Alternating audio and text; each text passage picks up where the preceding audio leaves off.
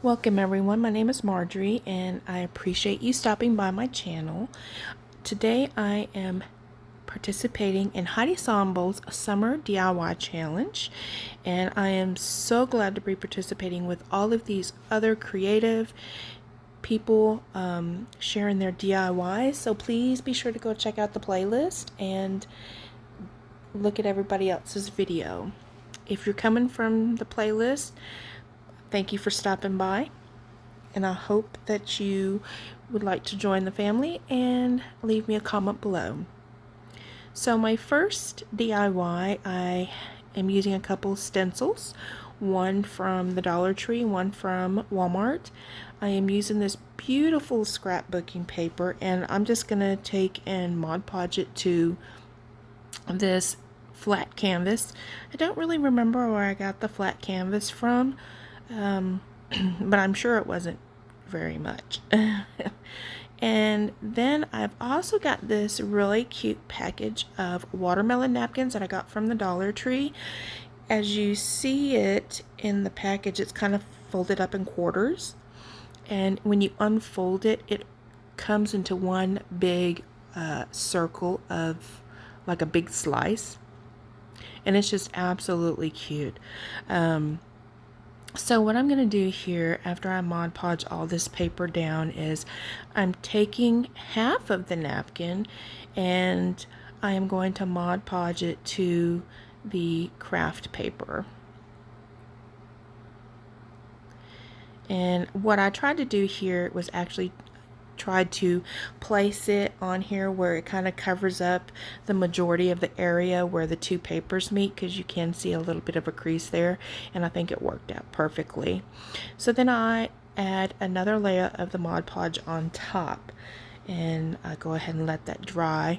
While it's drying, I'm taking this stencil that I got from the Dollar Tree, and I'm using my pencil and I'm marking out the letters from the stencil, and then I'll go back with a Sharpie and kind of fill in the lettering. So the reason I decided to do it this way is because typically when I use the stencils, I get a little bit of bleeding, and I really didn't want that to happen on this.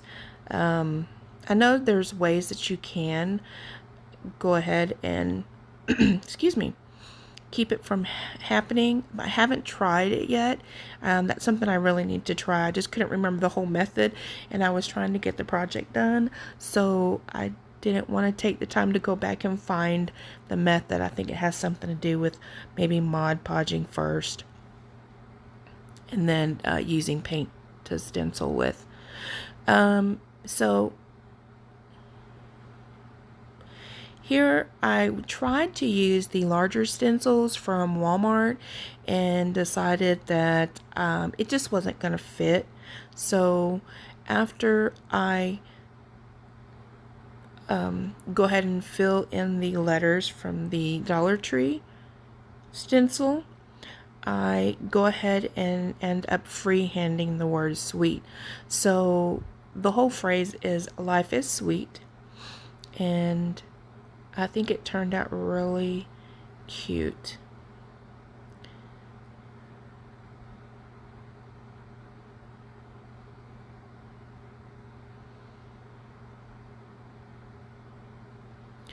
Now I know if you have a Cricut, you can also use your Cricut to make the lettering, or Hobby Lobby has a lot of different variations of stickers. Walmart has a pretty good variation of stickers that you could use as well. I just was trying to go ahead and use what I had on hand, and that's why I ended up going ahead and just freehanding it. So once I freehanded the word, I take my marker and I kind of go down and give it a little more character, and this is something that I commonly do when I freehand my lettering, and I think it makes it look really pretty and makes it stand out a lot. So with DIY number 2, I'm taking the other half of the napkin and I'm going to cut it into half again. And then I'm going to take one of those halves and cut that in half again. So I'll end up with 3 pieces. So what I'm trying to do here is I'm trying to peel it off to where it looks like somebody took a bite out of it. And then I just cut the pink portion of the watermelon out on one of the other pieces. So basically I'm going to Mod Podge these 3 pieces onto this plate, and just to make it look like I had like it was being a plate of watermelon being eaten basically. And then what I go back and do is obviously add a layer of Mod Podge on top of the napkins, and then I take my black marker, a paint marker, and I draw little seeds on the plate just to give it the effect that somebody was eating and kind of like spit the seeds out onto the plate. So I really liked how this one came out as well.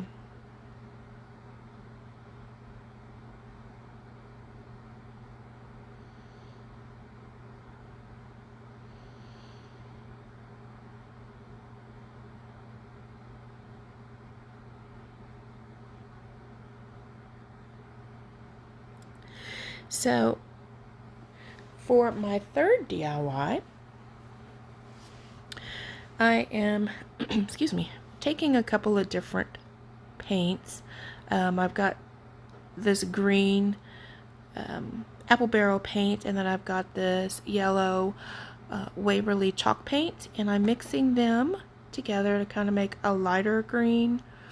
And then I've got these jars here, and these 2 jars were actually the Tostito queso jars that I just washed out and I'm using to decorate.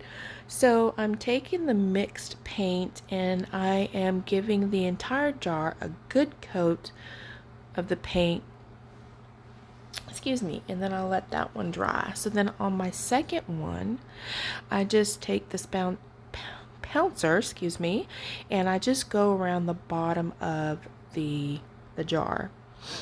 So after it's dried, I'm taking a darker green and just making stripes on top of the light green, and that's just to give the effect of the watermelon rind.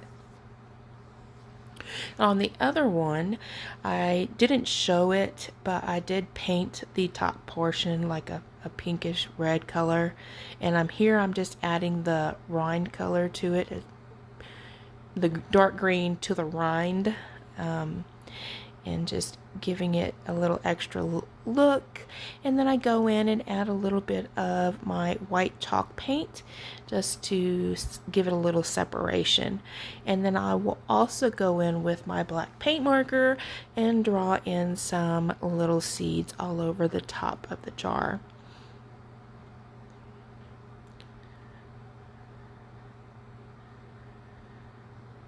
So here I am just drawing the seeds. Now these turned out really cute, and I really enjoyed making them. I mean, really, it only cost the amount of whatever the paint cost. Jars were free, so that's why it's good to kind of keep some of your jars around, just so you can actually make different things with it.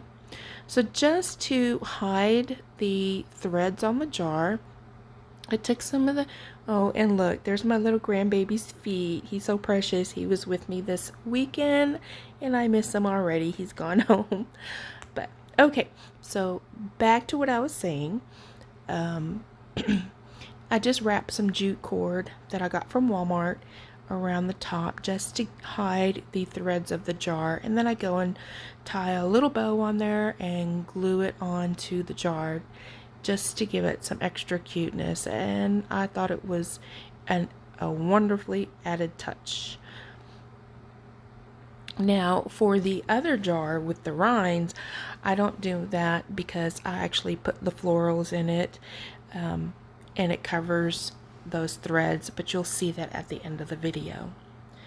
So for this DIY, I am taking one of those Dollar Tree crates, and I'm actually going to put some painter's tape on the sides in the middle where the middle portion of the crate would be on the long sides.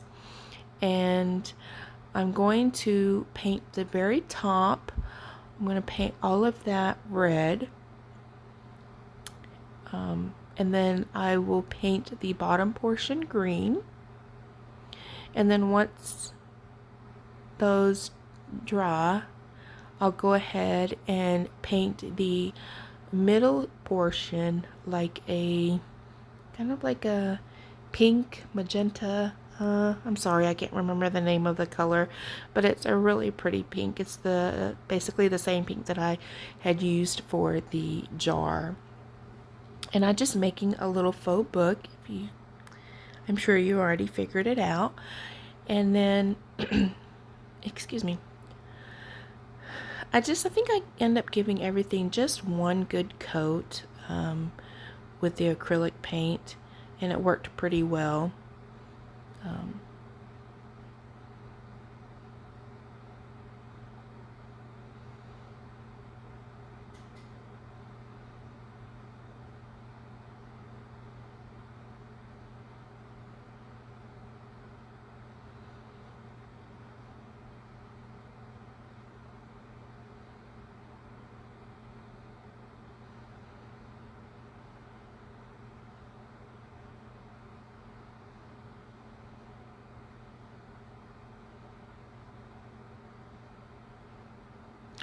So while I'm waiting for the red and the green to dry, I take these stickers, and what I do is I spell out Sweet Summertime, and then I go ahead and take it to my garage and spray paint them white.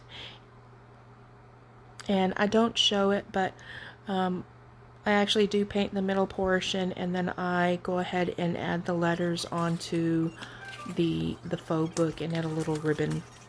But I didn't want to bore you with all the details. Wanted to go ahead and proceed with the next DIY.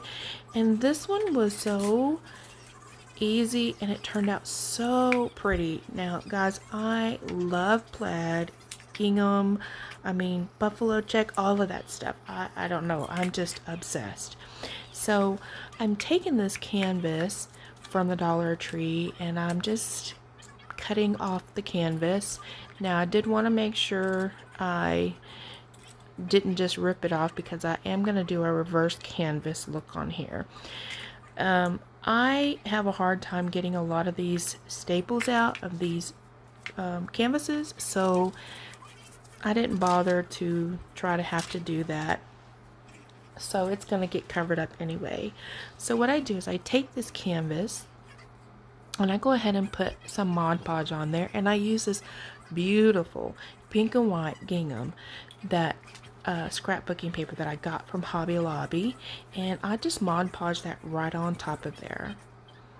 And then again, with my beautiful napkins from the Dollar Tree, I go ahead and cut out the piece that I'm going to use, and once again I will be Mod Podging it, but this time I'll be putting it in the top corner on the left side. So I'll place the Mod Podge underneath, and then I will put in a coat of Mod Podge on the top. So while that dries, I'm just going to take some of my white chalk paint, and I'm going to give this entire frame a good coat of paint. And I believe I only give it one coat because it covered it so well, with it being the light wood.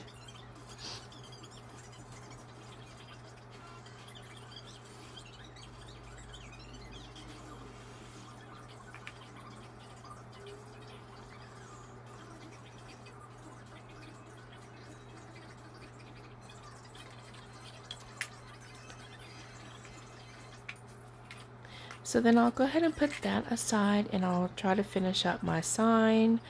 And here I'm just got my phone because I wanted to look at the font and try to mimic that. So I'm just going to go ahead and freehand it and try to get it similar. I think it turned out okay. I always like to do my freehand in pencil first, just because if I'm so picky with stuff, if it doesn't turn out the way I want it to, I will erase and redo and erase and redo. And sometimes I'm so picky, I drive myself crazy and just have to tell myself, that's it. I'm just gonna stick with what I've got. And so that's why I really like to do the pencil first. And it always works out well. So here I'm using the same method of my, of going over my words with the marker. Now, I'll tell you, if you haven't tried it, use a brush, a paint, well, it's not a paint, but it's a brush marker. I think they are the best when it comes to doing your own lettering. So basically, when you go over it, as I was doing, I would, excuse me, on the downstrokes, you get a little thicker. And the brush marker really helps with the control. It helps get it nice and even, and it works wonders. So take that tip from me and try it. You'll love it. Now here I put my frame back on here. Now I knew my frame was not going to capture everything because I left the canvas whole, and that was okay.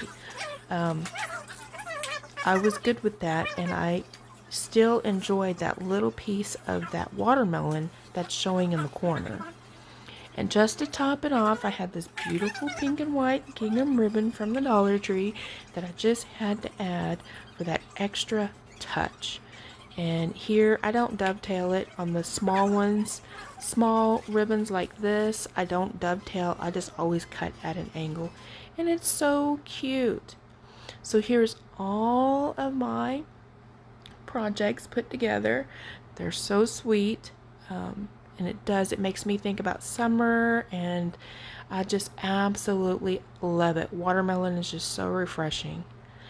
But again, I want to thank you guys for stopping by, and I hope you enjoyed the video. Please like, subscribe, comment below, and have a blessed day.